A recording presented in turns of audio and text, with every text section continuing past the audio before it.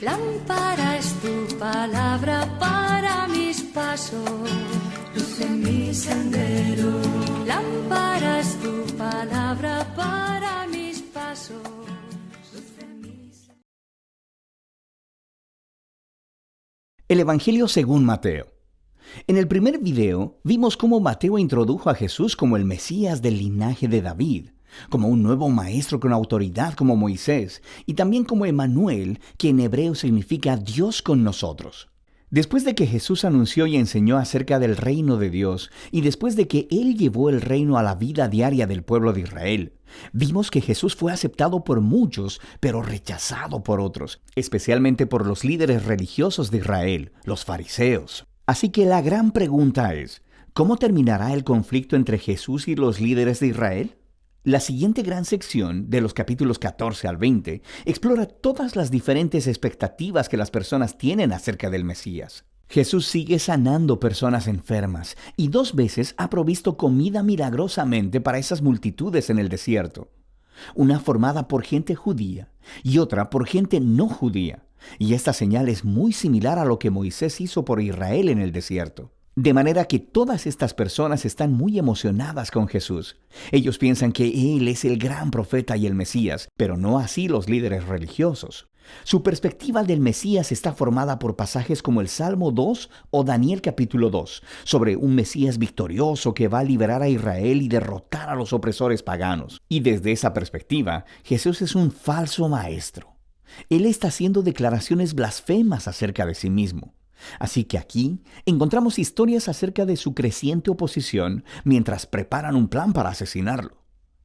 Jesús responde apartándose de ellos, y Él empieza a enseñarle a sus discípulos más cercanos lo que significa que Él sea el Mesías de Israel, porque no es nada de lo que los demás están esperando. De manera que Jesús le pregunta a sus discípulos en el capítulo 16. Él dice, «¿Ustedes quién dicen que soy yo?» Y parece que Pedro se topa con la respuesta correcta. Él dice, «Tú eres el Mesías, el Hijo del Dios viviente».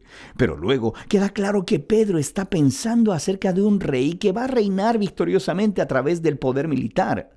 Y Jesús reta a Pedro diciendo, «Sí, me convertiré en rey, pero de una manera diferente». Así que Jesús comienza a enseñarles acerca de los temas del profeta Isaías, quien dijo que el rey mesiánico sufriría y moriría por los pecados de su pueblo. Jesús se estaba posicionando a sí mismo como el rey mesiánico, que reina a través de convertirse en un siervo que entregaría su vida por Israel y las naciones.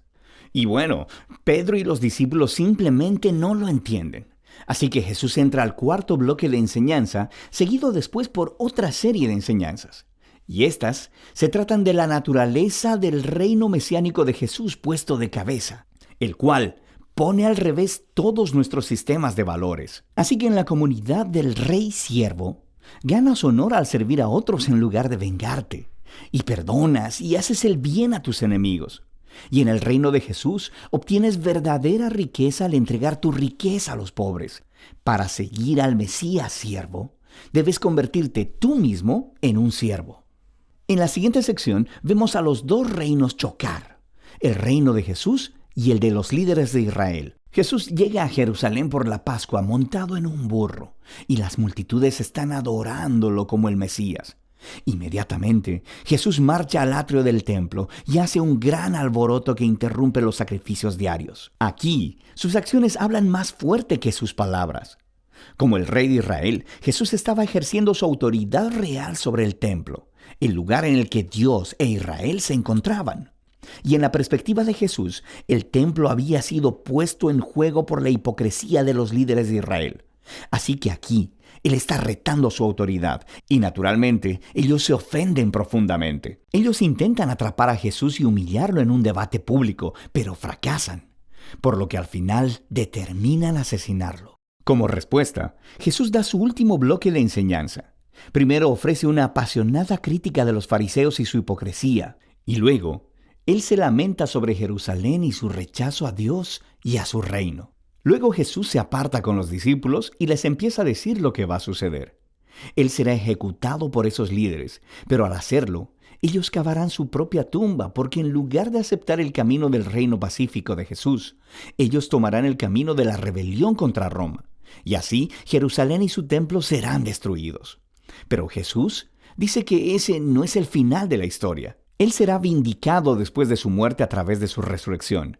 Y un día Él regresará a establecer su reino sobre todas las naciones. Mientras tanto, los discípulos deben mantenerse alerta y comprometidos con anunciar a Jesús y su reino, y extender las buenas nuevas. Y con todo esto resonando en los oídos de los discípulos, la historia llega a su punto culminante. Esa noche, Jesús aparta a los discípulos y celebra la Pascua con ellos. La Pascua vuelve a contar la historia de la liberación de Israel de la esclavitud, a través de la muerte del Cordero de la Pascua.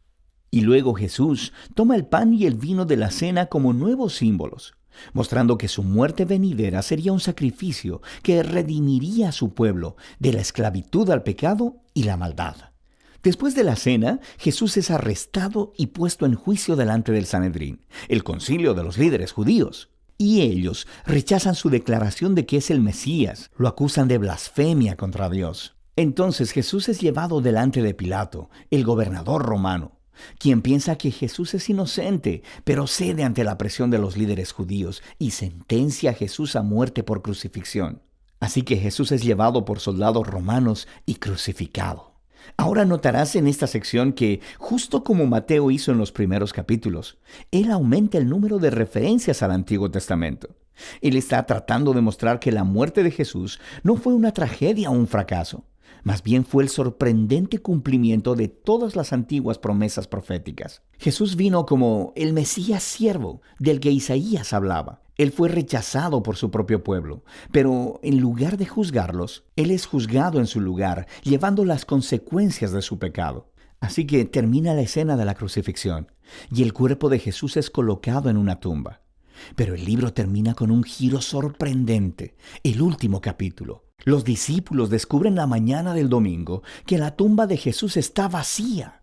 Y de pronto, las personas comienzan a ver a Jesús resucitado de entre los muertos. Y el libro concluye con un Jesús resucitado, dando su enseñanza final, llamada la Gran Comisión. Jesús dice que Él es ahora el Rey verdadero del mundo. Así que envía a sus discípulos a ir a todas las naciones con las buenas nuevas de que Jesús es el Señor y de que cualquiera puede unirse a su reino al ser bautizado y seguir sus enseñanzas. Y haciendo eco a su nombre, Emmanuel, Dios con nosotros, del capítulo 1, las últimas palabras de Jesús para sus discípulos en este libro son: yo estaré con ustedes. Es una promesa de la presencia de Jesús hasta el día que Él finalmente regrese.